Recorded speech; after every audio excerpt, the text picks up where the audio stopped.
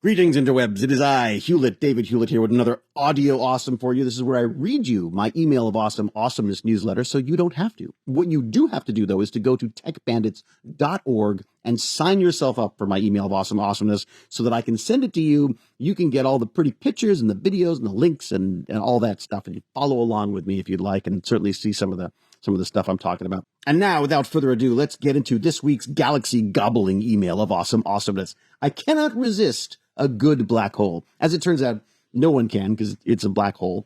And these suckers are formed when massive stars collapse under their own gravity, and they create objects that are so dense that not even light can escape them, thus the term black hole. So how the heck do astro nerds find them? Good question. Glad you asked. Because they don't emit or reflect light. They're basically invisible to our puny telescopes. So what we have to do is you have to find them by their effect on surrounding space. Some black holes, admittedly, they like to doll it up. They're a bit of a showman, should we say. They're dolled up with rings of gas and dust called accretion disks. And these epic disks of space awesome emit light from the superheated materials. And that comes in across many wavelengths, including X-rays. This spectra, as they call it, helps determine what distant space objects are made of by the combination of wavelengths they give off. As you can imagine, a supermassive black hole causes some seriously intense gravitational effects. These effects can cause stars to orbit around black holes in a distinctly black hole-y way, shall we say, which is exactly how we discovered the supermassive in the center of our own Milky Way, and which won the 2020 Nobel Prize. A little history for you there. Prizes, always good. When very massive objects accelerate through space. God, this is like my exercise. They create ripples in the fabric of space-time. And these are truly Doctor Who-worthy effects, and they're called gravitational waves. Scientists can detect these ripples using something called a laser interferometer gravitational wave observatory, or LIGO. And this thing is freaking awesome. It takes, it fires a laser, which gets split and reflected back and forth between mirrors, which are separated by considerable distances, and it's all set up in such a way that the light then converges together, cancels each other out, unless it's being affected by gravitational waves. If it's being affected by gravitational waves, there will be a slight alteration of the length of the distance between the mirrors. So the distance between the mirrors basically changes ever so tiny amount thanks to these gravitational waves, and that mismatch can be measurable with a light detector. It's freaking genius. That is genius. Who came up with that? It's fabulous and very cool because, lasers. Lastly, and certainly not leastly, objects as massive as a black hole can bend and distort light from objects that are further away, surrounding objects, basically. I think you've probably seen this effect before, where there's sort of this weird, almost like blobby lens effect, where the light all sort of like clumps up along the edges of the black hole.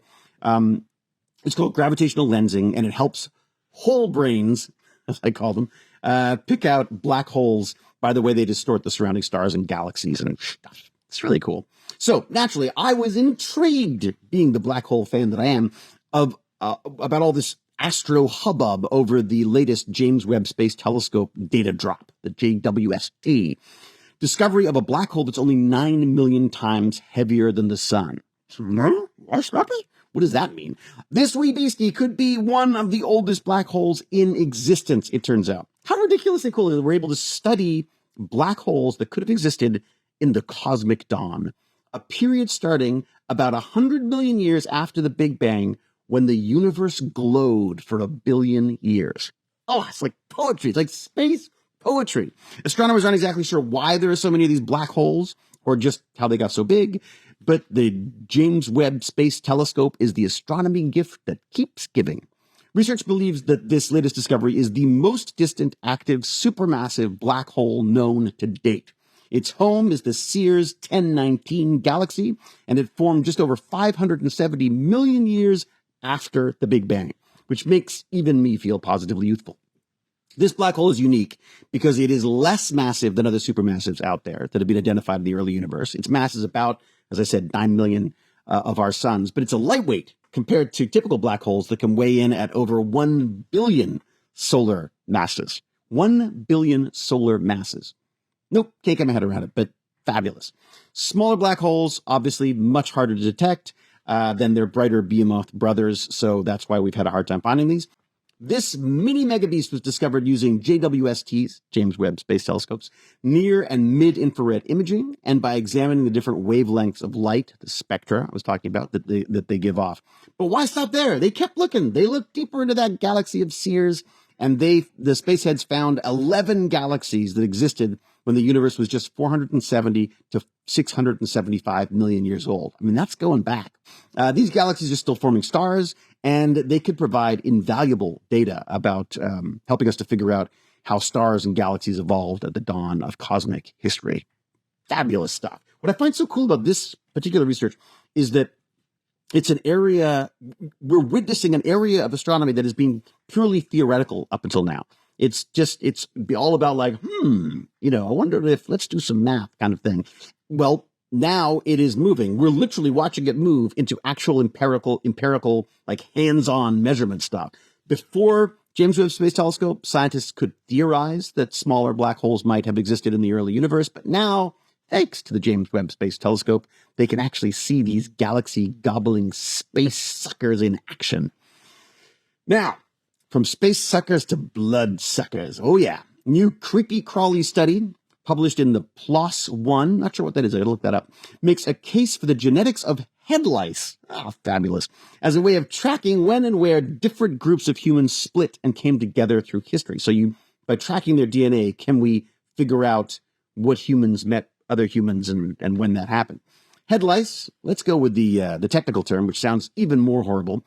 Pediculus humanus capitis. They cling to hair. They chow down on blood from our scalp. Wonderful things. I can feel my skin crawling already. We've been documenting our battles with lice for thousands of years, so we know they've been around. But head lice, they only spread between people. Lice can't hop onto rats for a quick rodent feast, and rat lice don't fancy us human fare.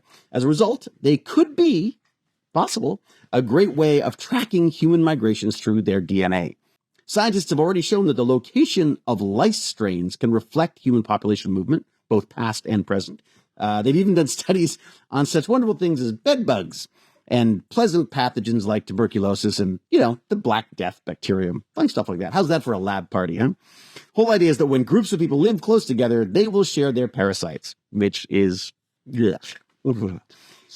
Marina Askuntz, a molecular biologist at the U.S. Department of Agriculture, and her creepy critter collaborators rounded up 274 lice from around the world. How's that for a job? They sequenced the insect's DNA, focused their attention on short, repetitive sequences known as microsatellites.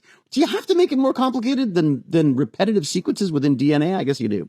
The idea being that lice with the same segments, these same sections of DNA, would have inherited them from a common ancestor. So what they then did is they would study them by the different families. So one family of microsatellites made a genetic link between the lice in Asia and Central America. And Askuntz says that makes sense because it represents the initial migration of people from East Asia into the Americas. Another group linked lice from the Americas and Europe. And by working out how quickly the lice reproduce and how they pick up the genetic mutations that would lead to these sequences of DNA, these microsatellites, the researchers could estimate when the lice of indigenous Americans might have started hanging out with European lice.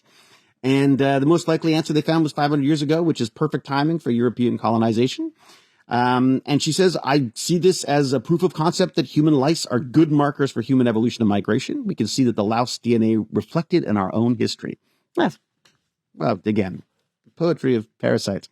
Well, all this is very exciting to Askuntz and weirdos like myself. It's been pointed out that the sampling could be more lousy, shall we say, that there needs to be a larger diversity of lice that better reflects the parasite's sort of global population. These are sort of handpicked here and there, one or two there. There weren't a lot from Africa, for example. And your mission, should you choose to accept it, get head lice from all over the world. This message will delouse in 10 seconds. God, I make myself laugh. Cool thing about all this blood-sucking science is that head lice could have mingled through less permanent interactions between populations. So lice DNA could reflect early interactions between like an explorer, or traders, or chance encounters even that might not have been discovered without these head-chewing chaps. So it could be a really interesting insight into which groups of people met when, and a way of actually putting a timeline, a chronology to some of this stuff, thanks to to studying this DNA. I'm now going to go wash my hair because I'm feeling pretty gross. I'm also itching to share, never stops around here, the crazy brain news from the BBC. Neurologists trying to understand how thoughts work can use a mouse's thoughts to make it see something that isn't there. They can literally use its thoughts, play them back, and make it think that there is something there that is not, because it's getting the same signals from the brain. Wild. That is mind-blowing, so to speak. According to these brains, wearable systems should be able to, I quote, effectively read our minds in the next decade. That's wonderful. And it's just a matter of time before they'll be able to predict and even change human behavior too, all with some little silly hat on your head. Up until now, these brainiacs have been exploring how we think neuron by neuron, but there's something like 56 billion neurons in a human brain. So that, according to this Dr. Raphael Youst from the Nanotechnology Center, director of Columbia University, says that this is akin to trying to see what's on a TV by looking at a single pixel. Probably not very successful. It's never going to show us the whole picture. Dr. Youst points out something interesting, something I did not know, that non-invasive brain-computer technologies falls outside of the realm of medical devices. So they are instead considered consumer devices and thus don't have any of the kind of restrictions that medical devices would. And since we are our brain and its collection of thoughts and memories, he believes that we should have the right to own this mental identity of ours. He was so concerned about the lack of regulation covering neurotechnologies. This is the stuff he's working on, that in 2017, he formed the Neuro Rights Foundation. The idea of this foundation is to create new human rights to protect brain activity from unwanted or unintended use of neurotechnology. The foundation has been exploring things like the right to mental privacy or the privacy of thought, which would mean that the contents of our brain activity could not be coded or deciphered or encoded or deciphered or collected without our consent, which sounds pretty good to me. This all got me thinking, which is never a good sign. Given what Dr. Youst is saying may be possible, which is that brain signals can be captured, processed, used to create or mimic a person's specific pattern of thought, then we could soon be able to produce mental identity clones, like actual simulations of our own thought process. And perhaps we could then take these signals and mix them with other people's signals. We could cherry pick different aspects of personalities and create these sort of hybrid personalities that, you know, are picked from multiple sources. This is the kind of thing that AI has been threatening to be able to do with actors, and actors got kind of freaked out about it. The idea that an AI can create metahumans that look and sound identical to the actors that they're trained on.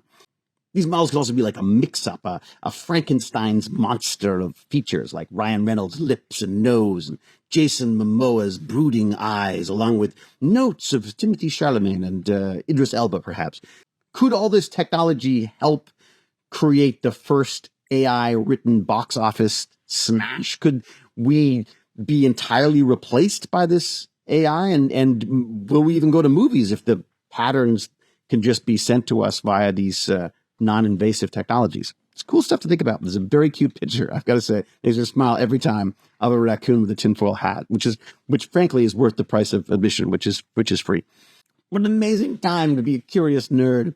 How do you feel about this whole neuroscience peering into your thoughts? What would you think if you saw your digital doppelganger starring in an Avengers movie on television tonight? How do we protect ourselves from this kind of stuff? Do we need to protect ourselves for this stuff?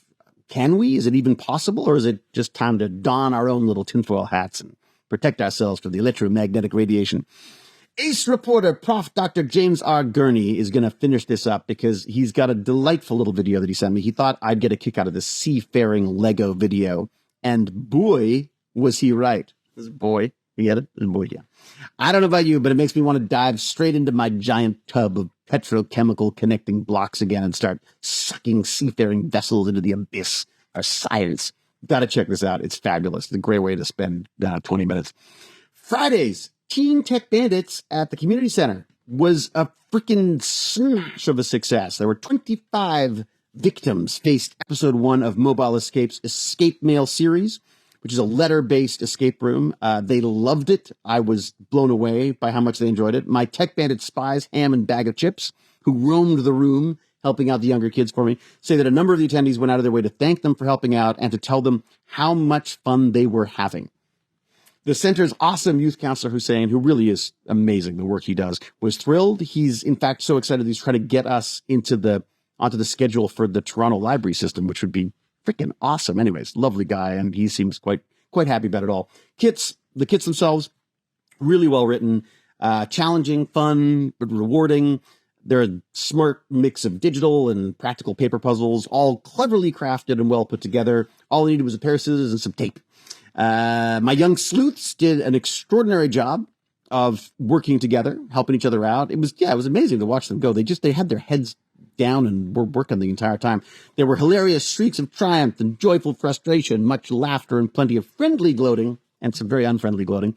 The kids were, for the most part, completely engrossed for the entire 90-minute session. I couldn't get over it. Just about every table team, each table was a team, completed all the puzzles, solved the case, and some of them didn't even use the clues, which is just, it was magical. I got to say, absolutely magical. I cannot tell you the joy this stuff brings me, and I cannot thank you enough for, doing the Patreon and the merch and the subscriptions and all that stuff, because it just makes these next generation of brilliant mind inspiration adventures possible, and I can never thank you enough for it. So appreciate it. From the bottom of my heart, I just had the best time on Friday. There is nothing like watching a bunch of kids get excited about solving a puzzle or figuring something out, and I just it's fantastic, absolutely amazing. So still haven't figured out how to work my streaming setup. Hoping to get something more out there than just my new burn and learns. I've started doing my I call them like my exercise confessions. But they're fun. I get to chat to people and stuff like that. So I'm doing that, but I'd like to do more than that, obviously. So I'm hoping to return to streaming in the next couple of weeks. So I will say, until we geek again, be safe, be kind, be brilliant, cheerio, and huzzah! And get yourself over to techbandits.org. Sign up and eat it. Bye.